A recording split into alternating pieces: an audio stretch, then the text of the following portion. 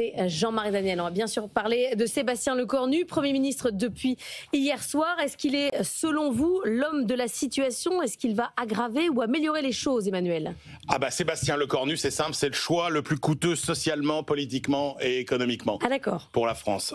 Socialement, parce que quand même, la veille d'une journée de mobilisation et de protestation comme aujourd'hui, dire aux Français finalement je ne tiens aucun compte de votre vote, de vos aspirations, que ce soit d'ailleurs à gauche ou à droite, c'est quand même un choix qui va être socialement générateur de colère et donc problématique. C'est un choix qui est politiquement coûteux parce que aucune opposition aujourd'hui n'est satisfaite et qu'il va y avoir des tractations sans fin. Chacun va monnayer le plus cher possible son soutien. Ça veut dire que l'horizon politique ne s'éclaircit pas. Il faut savoir qu'une des raisons qui a fait pencher la balance en faveur de Sébastien Lecornu, ça a été notamment sa capacité à faire passer, avec la bienveillance de tous les grands partis, sa loi de programmation militaire. Mais la réalité, c'est que tout le monde était d'accord, c'était extrêmement consensuel comme sujet. Donc croire... Ça fait pas de lui un fin négociateur. Mais voilà, exactement, ça c'est une illusion.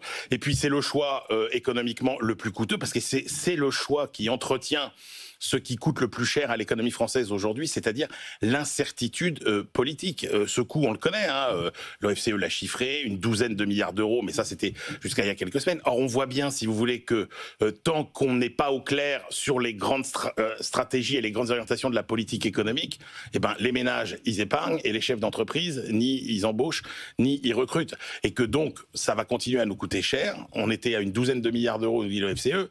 Là, si on se prend un demi-point durablement de hausse des taux d'intérêt par rapport à avant la dissolution, c'est encore un dixième de point de croissance, c'est encore 3 milliards. Donc la facture, pour le moment, elle commence à être salée pour l'économie française, une quinzaine de milliards d'euros. Et ce qui est dingue, c'est qu'on va finir par avoir cramé plus avec ce coût économique que tous les milliards qu'on essaye de chercher en économie budgétaire. Donc non, c'est pas un bon choix, Sébastien Lecornu. Jean-Marc.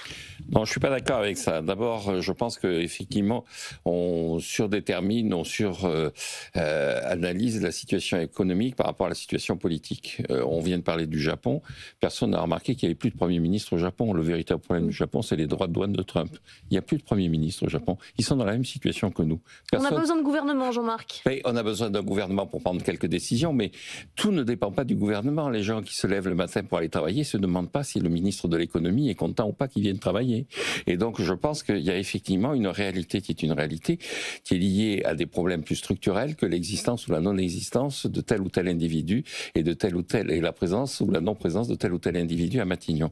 La deuxième chose que je mettrai en avant, c'est que effectivement, l'économie française a des problèmes qui sont des problèmes structurels, et il y a un héritage qui est quand même le discours de Bayrou que la classe politique a subi, a vécu, où il dit vous avez maintenant le choix entre le compromis ou l'impuissance. Ça fait maintenant un peu plus d'1 an que ça dure. Je pense que les gens ont réalisé que c'est ce choix-là qu'il va falloir. On avait choisi l'impuissance. Bon, ils ont choisi l'impuissance, que pour sortir de l'impuissance, ils ont espéré qu'il y ait soit une nouvelle dissolution, soit une démission du président de la République. Celui-ci a annoncé que ce serait ni l'un ni l'autre, donc il va falloir essayer de trouver le compromis.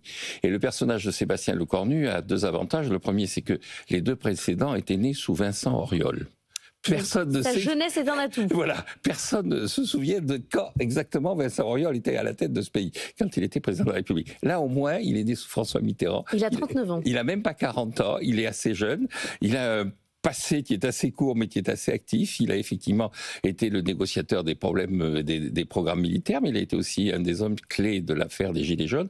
Donc c'est quelqu'un qui a une certaine réputation d'une ouverture d'esprit. Lecornu ou son frère, c'est pareil. Enfin, c'est-à-dire oui, le véritable enjeu pour moi, c'est effectivement c'est ce que je disais hier, c'est que ce qu'a dit Bayrou hier, ce qui était déterminant, c'est le fait qu'il ait dit, c'est l'impuissance ou le compromis. Et j'ai apporté un diagnostic. Maintenant, personne ne peut nier le fait que la dette est là, que le déficit extérieur est là, et dire que on va manquer de consommation. C'est non, les gens ont compris. Donc là, vous dites on n'a pas tout perdu quand même. On n'a pas tout perdu, on part pas de zéro. Et je pense que les gens ont conscience que l'enjeu, c'est pas est-ce qu'on pourrait pas augmenter encore le pouvoir d'achat sans travailler, est-ce qu'on pourrait pas continuer à avoir une vie qui est une vie de... Vous écoutez pas assez le Parti socialiste. Oui, mais le Parti socialiste fait 1,5% de l'élection présidentielle. Alors d'abord, je vois pas en quoi finalement le choix de Sébastien Sébastien Lecornu n'est pas la perpétuation du choix de l'impuissance, puisque ce ne sera sans doute pas celui du compromis, puisque personne ne veut de compromis. Et puis après, ce que dit Jean-Marc sur la place du politique dans l'économie, dans le quotidien des gens, ça c'est vrai en régime de croisière. Sauf que la réalité, c'est qu'aujourd'hui, quand vous regardez les enquêtes qui sont faites auprès des patrons, prenez l'enquête BPE auprès des petites et moyennes entreprises, 60% des patrons vous disent que l'incertitude politique a un impact fort sur leur activité. Donc on n'est pas en régime de croisière, on est en situation de crise politique qui est plus forte encore que la crise économique. Et puis pardon, dans la surévaluation du court bilan de Monsieur Lecornu dans son histoire. Déjà, sa loi de programmation militaire, encore une fois, c'était quand même la loi la plus facile à faire passer de toutes ces dernières années. Et puis, rions sur l'affaire des Gilets jaunes, parce que Jean-Marc est bien placé pour le savoir. Celui qui calculait, Jean-Marc, en Macron, pour les etc. Qu'est-ce qui a mis fin aux Gilets jaunes? C'est certainement pas les grands débats dont l'idée géniale a germé dans le cerveau de Monsieur Lecornu. C'est quand même l'échec. C'est du quoi qu'il en coûte. 10 milliards d'abord de chèques. Et après... 17 milliards. Alors voilà. Macron, c'est 17 milliards. Et ben voilà. Mais c'est ça qui a sauvé, qui a mis fin. Oui, enfin, il y a eu le grand débat après. Non, pour rebondir, juste pour conclure, deux choses. La première, c'est que la croissance, la dernière évaluation de la Banque de France montre qu'il y a une forme d'inertie de la croissance. On est à 0,3%. Que derrière le discours qui est où on va pas investir, on regarde la réalité, c'est que quand vous êtes un patron, vous regardez votre demande, vous regardez les anticipations que vous faites, la capacité à écouler votre stock. Bon. Et la deuxième remarque que je ferais, c'est que effectivement, l'histoire du compromis, je pense que maintenant, la classe politique a le sentiment, et notamment les gens qui veulent gagner les élections. On cherche le plus petit compromis. Voilà, qui veulent gagner en 2027, ils ont intérêt à ce qu'on soit débarrassé d'un certain nombre de problèmes. Vous aussi, vous êtes né sous Vincent Auriol, et vous aussi, vous êtes d'une naïveté alors du coup, vous voyez toujours confondante, mon cher Jean-Marc. Non, je suis né sous René Coty.